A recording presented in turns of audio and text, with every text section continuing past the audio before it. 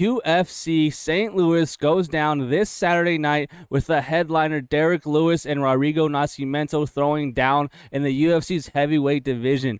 That fight should definitely not need all 5 rounds. Someone should definitely get slept in that fight. But for the most part, guys, this entire card doesn't have a single bad fight on it, man. Every single fight on this card is a good fight, man. I feel like there's a lot of cases to be made for some underdogs, and we did come off a big winning week last week at UFC 301, where our bets went 4-1 for positive 3.11 units. So we're looking to keep it going, keep the momentum going in our direction, and make it 2 back-to-back winning weeks on our bets.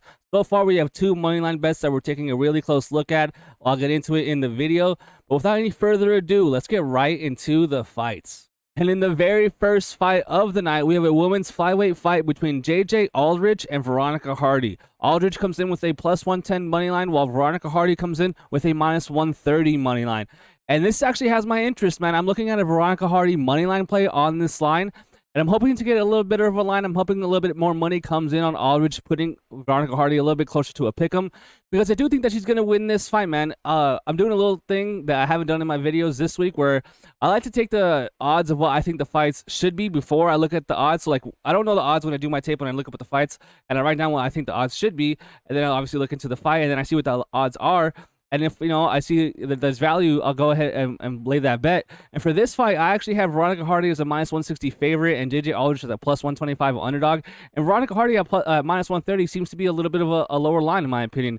It's a pretty even fight, and obviously JJ Aldrich has an experience advantage in this fight. She's fought in the UFC, fought higher level competition, has better wins, in my opinion, than Veronica Hardy. And she's pretty well-rounded fighter, man. Decent striking and decent grappling game. Doesn't have, one single area where she's a specialist. And same with Veronica. I'll give Veronica the striking advantage in this fight. She's really come back after her long layoff, and then getting married with Dan Hardy. She had a huge layoff, got married, kind of started a family, that kind of stuff, and then came back and had 2 fights since then. It looked really good, man. But I do think that the 2 fighters that she's beat since then, are on the lower end of fighters, man. Juliana Miller, and Jamie Lynn Horth aren't the best fighters, but she's looking good, man. The speed looks good on her, striking looks good. The defensive grappling looks good from Veronica Hardy. And I really do like what I'm seeing since she's returned to the UFC. She looks like a completely different fighter ever since she got with Dan Hardy. And we all know how smart of a guy he is and how good of a fight IQ he has for the game. And I just feel like she's trending in the right direction. But again, JJ Aldrich has the experience. She could really put together a decision win here and really utilize that clinch game along the cage. I feel like that's going to be a big factor in this fight. Who's going to be able to win the clinch along the cage? It kind of factors into a lot of women's MMA fights. I'm going with Veronica Hardy here, man. At minus 130. I might get myself to a bet on her money line. It should be such an even fight, though, that it does have me worried. Maybe I should just play Veronica Hardy via decision instead of paying Jousset at minus 130. But yeah, man, I'm going with Veronica Hardy, and I do think that it goes all 3 rounds. I think that she wins a decision. And up next, we have a welterweight fight between Jared Gooden and Kevin Jousset. Gooden comes in with a plus 180 money line as the underdog, and Kevin Jousset comes in as a minus 220 favorite. And now before I taped this fight, I expected Kevin Jousset on my money line to be a minus 180 favorite and Jared Gooden to be a plus 140 underdog. So this line is a little bit wide, in my opinion. I do think that Kevin Jousset should be the favorite. Again, he seems to be a pretty well-rounded fighter, kind of like JJ Aldrich. Very good striking, comes from City Kickboxing, very good camp out there with Izzy and all them. And he has shown to have some pretty good level changes and some pretty good entries on his takedowns, some pretty good grappling. Whereas he's not just a one-dimensional striker. I don't view him as just a kickboxer from City Kickboxing at all. He's pretty well-rounded in his own right, pretty young and still green, in my opinion, in the UFC. And he's fighting a guy that, he's on a second run in the UFC, Jared Gooden. He's pretty, powerful. This guy can definitely crack. He has knockout power for sure. The volume probably isn't the best from Jared Gooden, but, he wants a striking fight. I don't foresee Jared Gooden going out here and pushing the pace in the grappling. I don't, really think that he's going to come out here with a grappling-heavy game plan against Kevin Jousset, which you would expect, considering he's a pretty efficient striker, I should say. But yeah, I just feel like, again, this fight's going to go all 15 minutes. I feel like Kevin Jousset's going to win a decision. And if I want to bet him, I would bet him to win a decision to get off that money line, because I do think that at minus 220, that's a little bit wide. I don't know how wide that line would have to get for me to get to a Jared Gooden bet. But at plus 180, I do think that it's a little bit off. I do think that he has more of a chance to win that plus 180 indicates. Because in a 15-minute striking fight, which I think we're going to get, he can crack, man. He has very good power, and like I said, the output isn't the best. I would like to see him throw more volume. Decent hands and not the best kicks, but very good punching from Jared Gooden. Throws in combination. Is very crisp and clean and short with his punches. But Kevin Jousset, up-and-comer guy.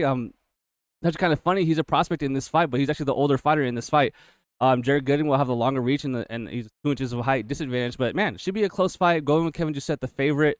Yeah, the line's too wide for me to be getting on minus 220 in my opinion. And up next is another fight where I'm looking at a money line bet here, but I actually doubt that I will get there because I think that's a saying, scared money don't make money, but who knows, maybe I should. Let me know in the comments what you think about this fight. We have Charles Johnson taking on Jake Hadley. Charles Johnson comes in with a plus 140 money line as the underdog, and Jake Hadley comes in as a favorite as a minus 170 on the money line. And for this fight, on my notes, I had it listed as a minus 110 pick'em both ways. I thought this was going to be a pick'em, so I made that line not knowing what the actual real line is. And when I sat down and saw what the real line is, I was like, oh my gosh, a lot of money is coming in on Jake Hadley. They think that he's going to win this fight. Pretty sizable favorite in my opinion in what I think should be a close fight. And I'm going with Charles Johnson to win this fight, man. Not the craziest confident pick here. Obviously, I know how to beat Charles Johnson, man. This guy gets taken out by everybody. This guy's wrestling defense is not the best. His initial defense on the entries or the takedowns isn't the best, but he actually does have good scrambles and good get-ups. He can get controlled for multiple minutes at a time and lose rounds that way. And Jake Hadley is a very good grappler, man. This guy's very good jiu-jitsu, but he also doesn't have the best entries on his takedowns, man. A lot of times he finds himself in grappling exchanges. He winds up there because of scrambles. Like, it's not like he's going out there initiating, single leg, double leg, running the pipe out there on a lot of opponents. Whereas Charles Johnson is getting taken down by a lot of his guys he's fighting. And if you could really utilize a grappling heavy game plan against someone like Charles Johnson, you should be able to beat him. But I actually think that Charles Johnson is going to be able to get up against Jake Hadley. And on the feet, I'm favoring Charles Johnson. I like the speed on his strikes. Jake Hadley also, in his own right, is a very good boxer. I mean, he's good, guys. Right here on the screen on the right, you can see right here, Jake Hadley, 10-2. I mean, he's good, man. Like, I know he's young, 6 years younger in this fight, and he should be the bigger, stronger guy in this fight. He fills out bigger, in my opinion, at the flyweight division than Charles Johnson. But I'm actually going with Charles Johnson, man. Like I said, I just think that he can keep it upright, get up, and on the feet, he's going to be having the advantage, man. I like the kicks from him. He doesn't throw as much punches as I would like. There's a ton of calf kicks. And Jake Hadley has really good boxing, so it should be a close fight. And if Jake Hadley wins the decision, it would be because he's able to utilize and mix in both his wrestling and his boxing, man. Because if he just goes out there and tries to wrestle Charles Johnson, I think he's going to lose. But give me Charles Johnson, the underdog, my first underdog pick of the night. Yeah, like I said, I lined that fight on minus 110, pick them both ways. Maybe Jake Hadley a slight favorite, but at minus 170, I do think that that's a little bit too wide. So even though he might win, even though he's a favorite, I'm going against the grain, man. I'm going with Charles Johnson to win that fight. I'm going with decision. And up next, we have a men's welterweight fight. Another very interesting fight. We have Billy Goff taking on Trey Waters. Billy Goff comes in with a plus 140 underdog money line. He is the underdog in this fight. He's fighting Trey Waters, who comes in with a minus 170 money line, a slight favorite in this fight. And right there, if you look at my screen right there, Trey Waters is 6'5" at welterweight. That's crazy, man. This guy is so tall and long for the division. And he can crack, man. This guy can absolutely knock anyone's lights out. This dude has a death touch in his hands. He's looking to knock you out, man. He's not going to go out there and try to grapple Billy Goff. I definitely do not foresee that happening. If anything, guys, Billy Goff's going to be the one that's going to try to wrestle Trey Waters. And Billy Goff is a junkyard dog, man. This guy will take a punch to throw one, going forward recklessly the whole time. Very good body work. We all saw what he did to Kinoshita. Got a knockout with a liver shot. Clean, man. I love a good body shot. It's one of my favorite things to watch in all of MMA. It's just so pretty to watch. And Billy Goff got a win in his last fight with the liver shot. So, like I said, good body work and good striking. Well, he's well-rounded, man. I like Billy Goff, man. He's pretty good at mixing in both level changes and, keeping you on your back foot, going forward, pushing the pace. But, man, I just feel like if he's going forward, going reckless in this fight, Trey Waters is going to clip him. I am going with Trey Waters, the favorite in this fight. I do think that he knocks out Billy Goff in this fight. But I actually picked against Billy Goff in his last fight, and if he wins again as an underdog for the second straight time in the UFC, I wouldn't be shocked, man. This guy has cashed as an underdog in the UFC before. He's been doubted in the UFC before, and he's won. So, I mean, this guy is a junkyard dog. I don't know how many times I have to say it, but yeah, I'm going with Trey Waters as the longer, taller guy. I just feel like he can keep this fight upright, and from there, really pick apart Billy Goff, man. When you're that tall and long, it's just so hard to get to, man. We're going to talk about someone else on the card here, Shad Winston, in a little bit, and he's similar, man. Just when you're that tall for the division, it's kind of an anomaly. Guys aren't used to fighting that type of frame. But at the same time, I got to imagine you're a little bit frail. Like, how much weight how's that weight cut actually working if you're 6'5", going down to 170? That's got to be crazy, man. So I do worry about Trey Waters. I don't know how Trey Waters is going to look, as the fight goes, if he gets pushed, because he's pretty much, for the most part, going out there and just brutalizing all of his opponents. So we saw in his last fight, his opponent tried to take him down, wasn't able to, Quinlan.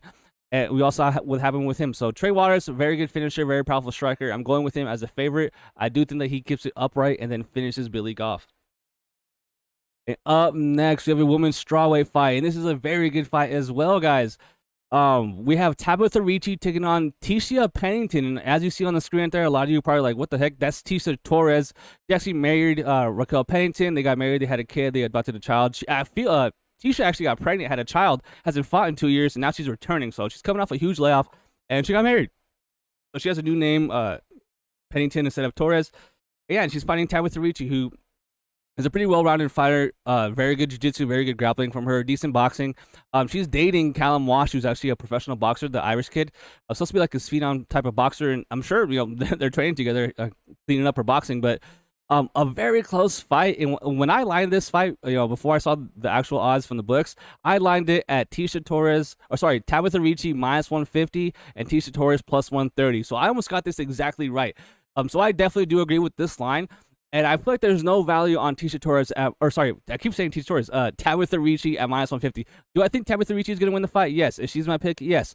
Do I think it's going to go all 3 rounds, all 15 minutes, and go to decision? Yes. But man, it's hard for me to visualize a fighter in this fight separating themselves for a clear decision, right? I feel like it's going to be a highly contested fight because is Tabatha Ricci going to go out there, is she going to go out there and try to take down Tecia Torres, over and over again? Because if she does, I feel like Tecia has good enough takedown defense to keep it upright. And on the feet, she has way better experience against higher level opponents on the feet at range than Tabatha Ricci. I like the strike from Tecia Torres. Then again, she hasn't fought in 2 years and just had a child. So, man, it's tough, man. Tabatha Ricci's coming off a loss against Lupi Godinez, where we did pick Lupi in that fight. I was actually there for that fight. And yeah, man, it's just like I don't really foresee Tecia being on the same level as Lupi, no offense, at this point in her career, at this point in her life. And this should be a close fight, man. It's going to come down to who's winning the clinches.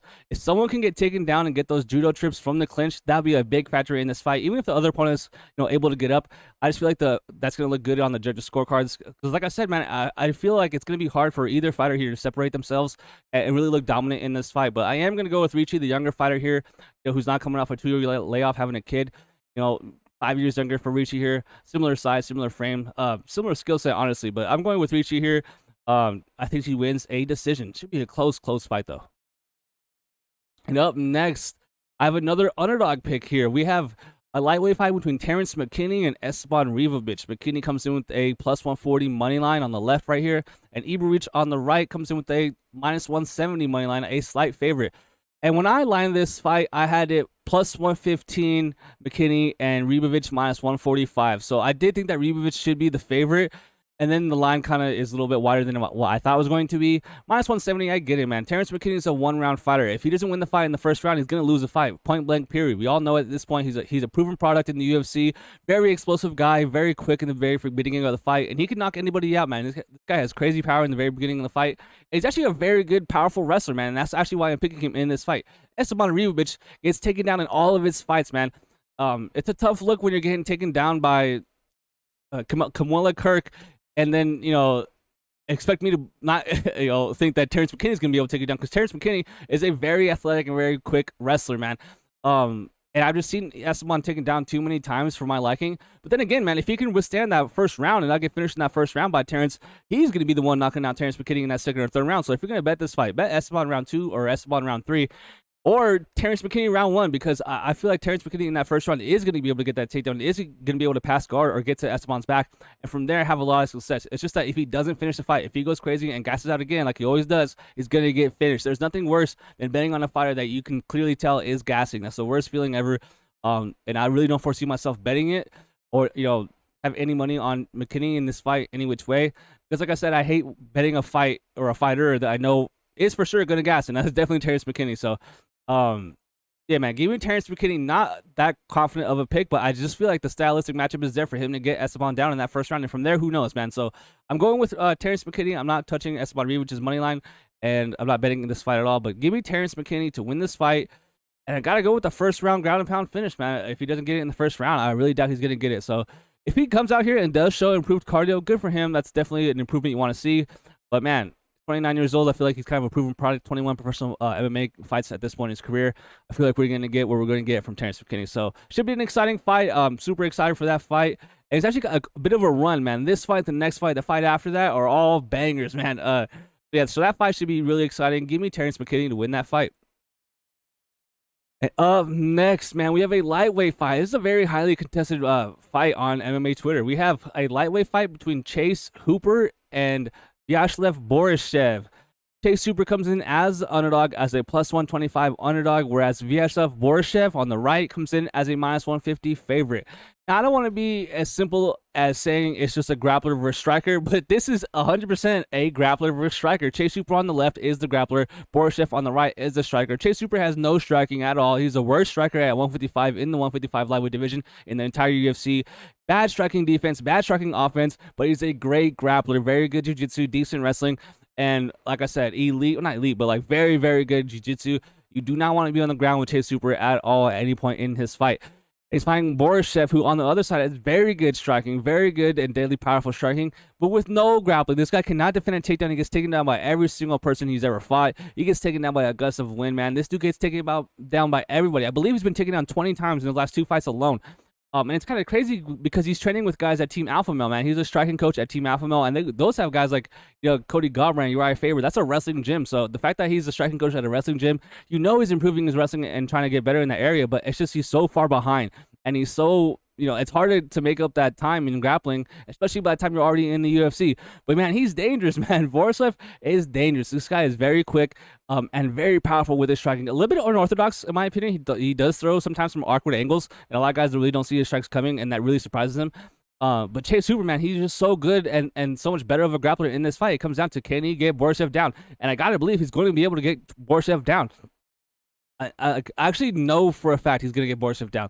Like, there's just no logical way that he's not going to get Borschev down, man. I've seen too many clips, too much footage, too much tape on Borschev getting taken down by guys that are tired. I've seen guys shooting on Borschev, fail to take down, and then still get to his back somehow. Like, it's the craziest thing I've ever seen. Borshev's grappling is just so bad. I can't believe it. I'm going against my logic or my reasoning, and I'm picking Borschev to win, man. I just feel like it happens a lot. Maybe I need to refine my process, but I feel like I'm betting against picking against one-dimensional fighters a lot recently, and the path is there for Hooper. The path is there for him to win this fight, whether it be decision or submission victory, because the wrestling, man, the grappling is just so one-sided here. It's going to go to Hooper. He can take down Borschev one time and then win the round from there. Maybe all it takes for Hooper to win this fight is 3 takedowns. But then Borschev, man, like, if he touches Hooper's gonna get knocked out. Hooper is as pale as a ghost. He wears damage bad. He's slow, has no striking defense, and he's like 21 years old. Sorry, he's 24, so I feel like he's been 19 for like 5 years now. But yeah, man, he's coming into his own. He used to be a 145er, now he's up at 155, and there's reason to believe that he's gonna be, showing improvements, man. He's young, has high level competition at an early age, and he's good at grappling, man. I spent way too much time on this fight. I'm so torn, man. I'm going with Borschev, but man, I am torn on this fight. When I wrote this, when the line down, I had it plus 130 Hooper, minus 165 Borschev. So the line is actually a little bit closer than I expected. I did expect Borschev to be a slightly bigger favorite, but money's coming in on Hooper, and I get it, man. Like, the path, like I said, is there for him to win this fight, but I'm going with Borschev. I think he knocks out Hooper. I think he TKOs him in that very first round, and if he does, man, he is getting mauled. Like, there's a good chance that Chase Hooper mauls Borschev in this fight. I'm going with Borschev, going with my gut. Give me Borschev inside the distance. And up next, it's starting off the main card. Yeah, we have a heavyweight fight. This should be a very interesting fight between Waldo Cortes Acosta and rovelis despaigne. Cortes Acosta comes in with a plus 170 money line. He is the underdog on the left of your screen. And right there with no picture featured is rovelis despaigne, the favorite, at minus 200.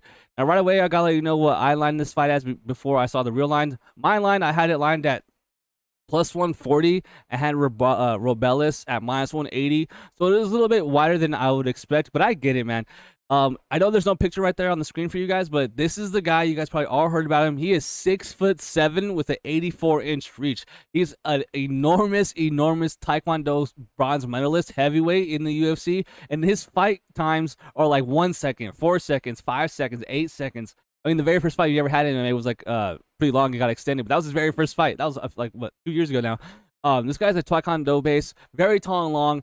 And has a death touch, man. This guy obviously reminds everybody of Francis Ngannou. I call this guy the Cuban Missile Crisis because he is Cuban, and this dude can crack, man. We saw him in his UFC debut actually get a knockout going backwards off his back foot, which is super hilarious.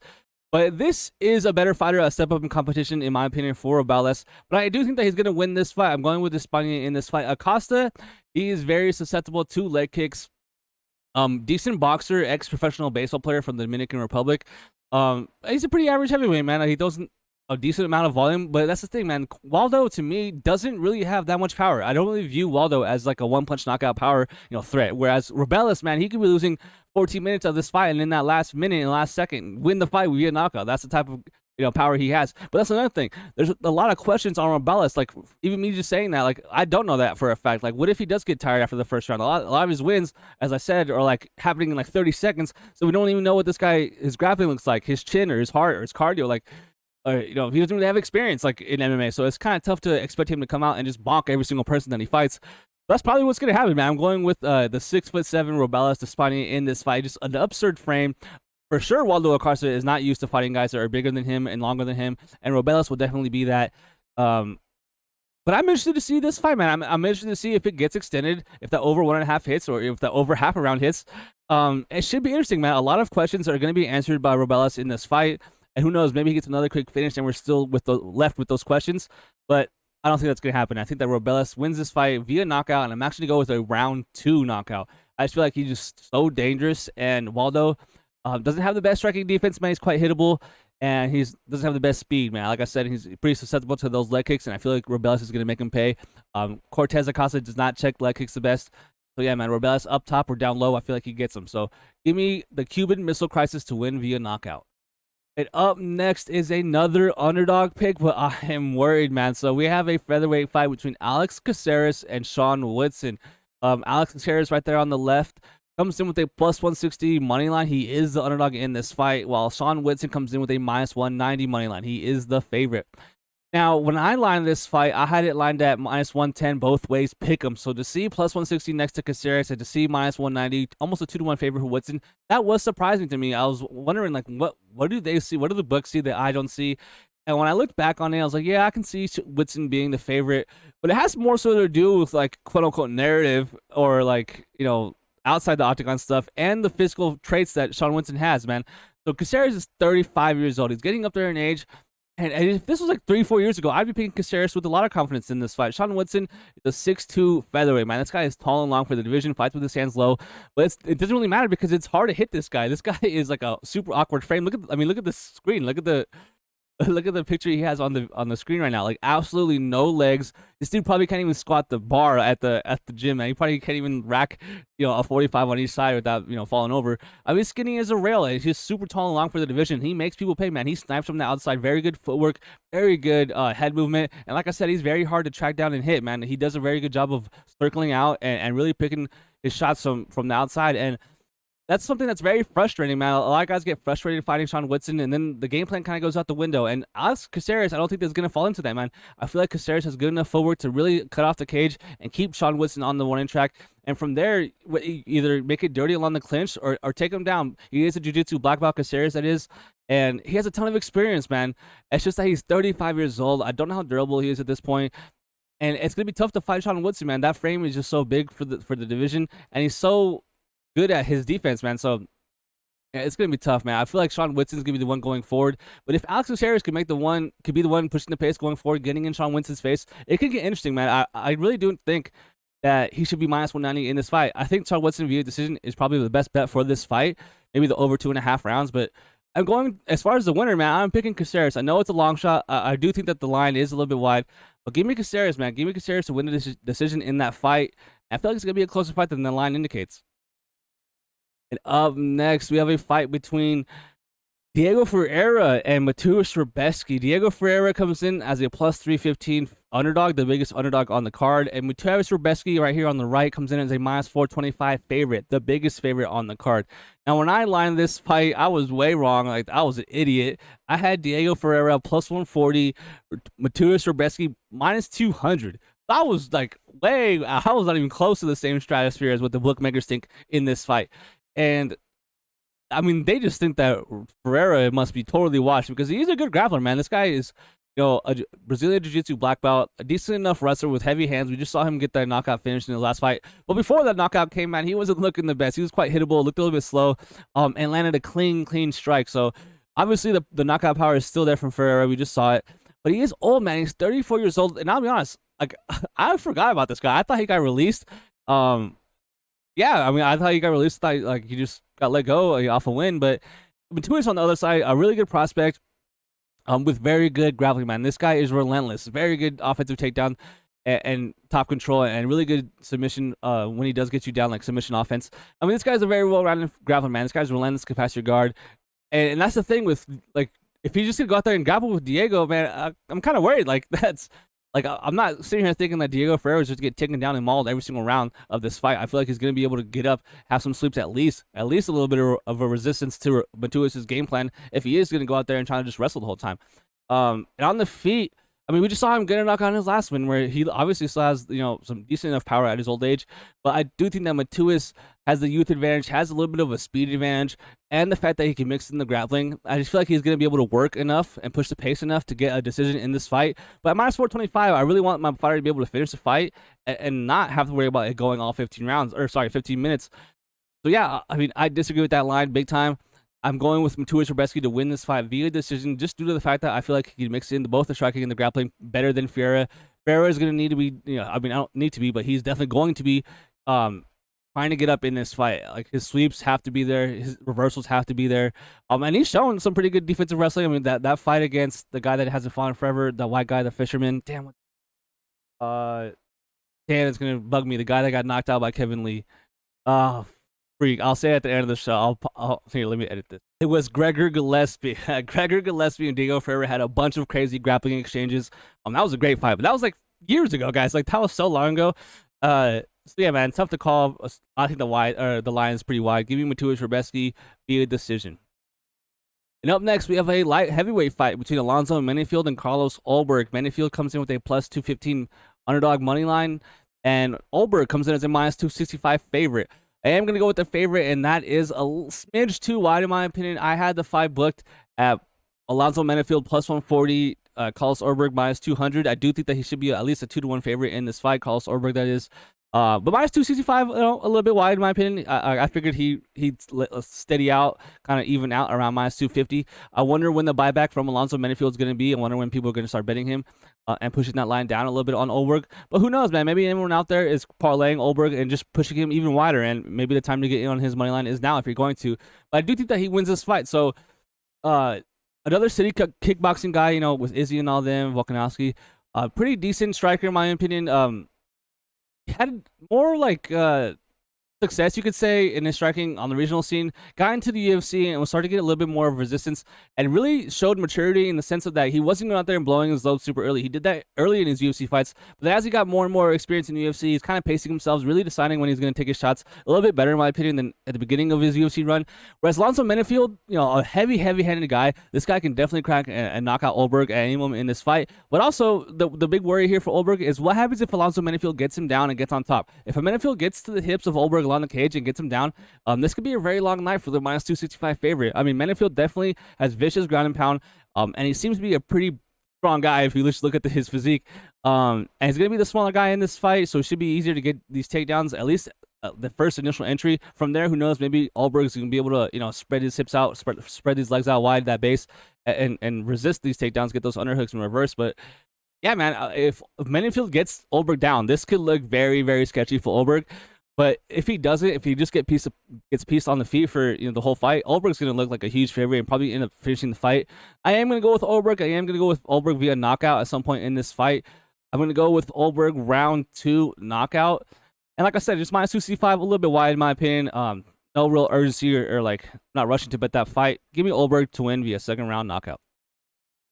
And in the co-main event, guys, we have a welterweight fight between Joaquin Buckley and Nursultan Ruziboyev. Buckley comes in as a minus 140 favorite, whereas Nursultan Ruziboyev comes in as a plus 120 underdog. And I actually lined this fight before seeing how the books lined it at minus 105 Buckley and Nursultan at minus 110. So I pretty much assumed it was going to be a pick'em when I saw that Buckley was a minus 140 favorite. I was kind of surprised. But one factor that I really like in his favor going into this fight is that this fight is happening at welterweight. Now, Nursultan is a 6'5" middleweight, so he actually fights in the weight class above. The fact that he's going down a weight class in this fight and he's on semi-short notice, you know, I'm sitting here wondering how that weight cut's going to go. I want to see Nursultan on the scales on Friday. I want to see even if he makes weight to begin with. So This fight got made kind of quickly.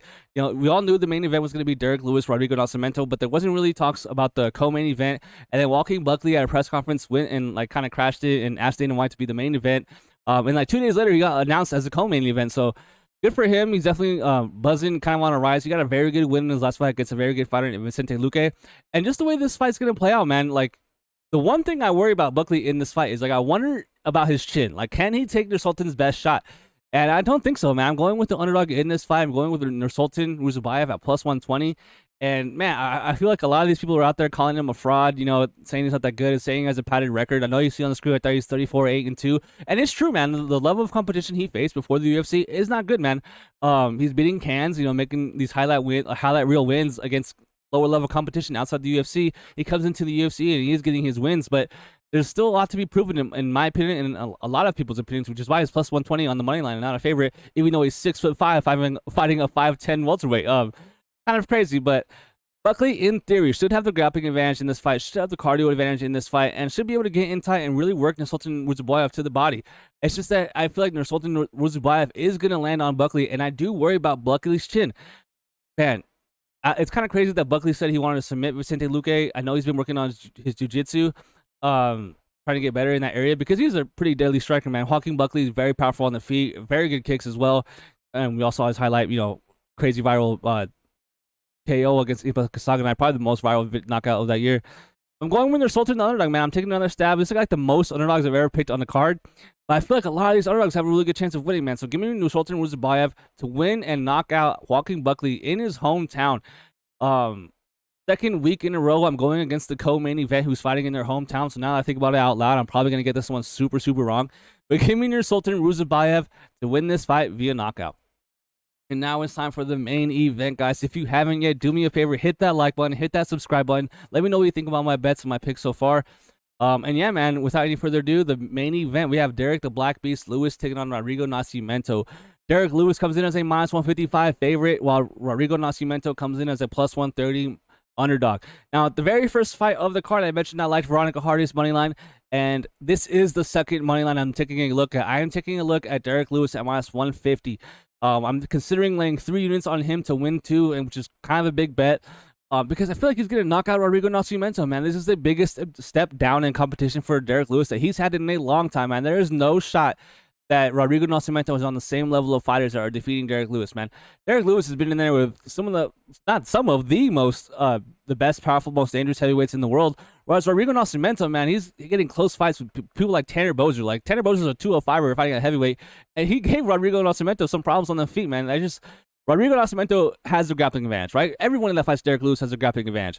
Rodrigo Nascimento is a black belt. We all saw Derek Lewis get taken down and mounted like 40 times against Jailton Almeida and not get submitted, man. Derek Lewis has this crazy, you know, jiu-jitsu's not real get up that he just does, where he just gets up, man. He's just selling instructionals, and the headline should be, or the title should be, just get up. That's all he does. He just says, you know what, fuck this, and he gets up. It's the craziest shit I've ever seen. But yeah, man, I feel like he knocks out Rodrigo Nascimento. Like I said, Rodrigo has the grappling upside. He has the wrestling upside. If he gets Derek Lewis down, even then, man, he has to finish the fight, because if they start the next round, Derek Lewis is going to be live to knock him out any moment in the fight. Give me Derek Lewis to win this fight. I know he's 39 years old. He's getting up there in age, almost 40 years old. I just feel like he has that death touch still, man. Rodrigo Nascimento is not that good. He is not like a Khabib, you know, at heavyweight, a Fedor, or just DC, like taking people down and mauling them. Like, and if he is, they're not on the same same level of Derek Lewis, man. I just can't pick or bet Rodrigo Nascimento thinking that he's going to out-grapple Derek Lewis when Derek Lewis sent Curtis Blades' head into the freaking rafters, like when he fought Curtis Blades. I have way more faith in Curtis Blades getting down Derek Lewis than Rodrigo Nascimento, and he did it, man. He got his head sent into the next dimension. So give me Derek Lewis to win via knockout. And now it's time for the NHL portion of the video. We're going to go to the playoff bracket here. Thanks so much for watching the MMA portion. Let me know what you think about my picks and my bets. Leave me a comment, man. Let's get these numbers up. We're almost at, not almost, but we're a little bit over 300 subscribers. So, yeah, man, next step is 400. Yeah, man, let's go over the 4 NHL playoff series in the second round. There's a game happening right here at the bottom of your screen. I don't know if you can see, my head might be in the way. We have the Rangers and Hurricanes. It's 2-2, game 2. We can start that series. I am picking the Hurricanes to advance in that series. Should be a good one. I think it's going to go all 7 games. I mean, right now, the game I'm talking about right now is tied 2-2, so obviously it's a good game. Yeah, I just think that the Hurricanes are the better team. But the Rangers are clicking, man. The Rangers special teams, I mean, they scored in like 5 seconds the other day. That was just absolutely crazy. And they're on fire, man. If you have a very hot power play, that could really carry you in the playoffs. So gotta watch out for the Rangers. Hurricanes definitely have to stop that. Be very disciplined on their defense and not draw penalties. Because if you put the Rangers on the power play, just like the Oilers, I mean, they're there to kill you. So give me the Hurricanes to advance to the Eastern Conference Finals. And up above them, right here on the screen, you have the Florida Panthers and the Boston Bruins. The Boston Bruins took game 1 in Florida. The series is now 1-0 Boston. And I'm going with the Panthers, man. I'm not losing faith. But, man, it's going to suck when the Boston Bruins make it all the way to the Stanley Cup Finals. And I've been calling them OT point merchant frauds all year. I just don't think that they're that good, but they keep proving me wrong, man. I will say they got taken to 7 games against the Maple Leafs, and the Maple Leafs are not that good. They were missing a lot of their star players for that series, and they were still able to defeat the Bruins, man. The Bruins' offense isn't looking the best, but their defense is on point, man. Their goaltending play right now by Swayman is unreal, and that's really it takes to win the Stanley Cup, man. You have to have a hot goalie, man. But I really like Bobrovsky for the Florida Panthers as well. I feel like 2 elite goalies in that series. Going with the Panthers, I do think it goes to 7 games. Give me the Florida Panthers to advance to the Eastern Conference Finals. And up next, we have a game that's happening later tonight. We have the Dallas Stars game 1 against the Colorado Avalanche. I'm going with the Avalanche to advance in this series, but the Stars are very good, guys. They're the #1 seed in the West, or sorry, the Central for a reason. Very good goalie. Very good offense and defense, man. Very good special teams. Wyatt Johnson having the series he did against the Golden Knights was really out of nowhere, man. They have Robinson. They have a lot of firepower on offense. They're very deep, like I said a couple of videos ago. They have a few guys, probably like 8 guys, I believe, 8 to 10 guys that have scored 20 or more goals, which is very rare. That's a lot of skaters, guys. They get a lot of offense from a lot of different people, and they're deep. But the Avalanche are just elite, man. There's good players, and then there's great players, man. The Avalanche have great players, man. Nico Rakkinen, freaking their star player, Nathan McKinnon, like Cale Makar, like those freaking Casey Middlestat, like those guys are stacked, man. And if they get good goaltending, man, I feel like they should be able to advance in that series. Give me the Colorado Avalanche to advance to the Western Conference Finals. And last but not least, we have the Vancouver Canucks taking on the Edmonton Oilers. Now, the Canucks, the #1 seed, are actually underdogs to advance. The books think that the Oilers are going to be the team advancing here. The Canucks are +220 to advance. The Oilers are -260 to win the series. And I'm going with the Canucks. You got to be crazy if you think I'm going to pick against the Canucks. Man, what strikes me is pretty positive about the Canucks is that they played a tough series in their last series against the team against Nashville, the Predators. And if you look, since Christmas, the Predators are like the #3 team in the entire NHL. The Canucks are not. The Canucks had they kind of tapered off after the Christmas break, but the Predators were on fire, guys, and they were good on defense, good on the power play. Very good goaltending, and they got taken to 6 games and beaten by the Canucks. And the Canucks didn't play their best, man. They didn't play their best. They didn't have their star goalie. They didn't have their backup goalie. They won 2 games with their third-string goalie. They got a shutout with their rookie goalie. I mean, they're playing great defense, man. Their power play is elite right now.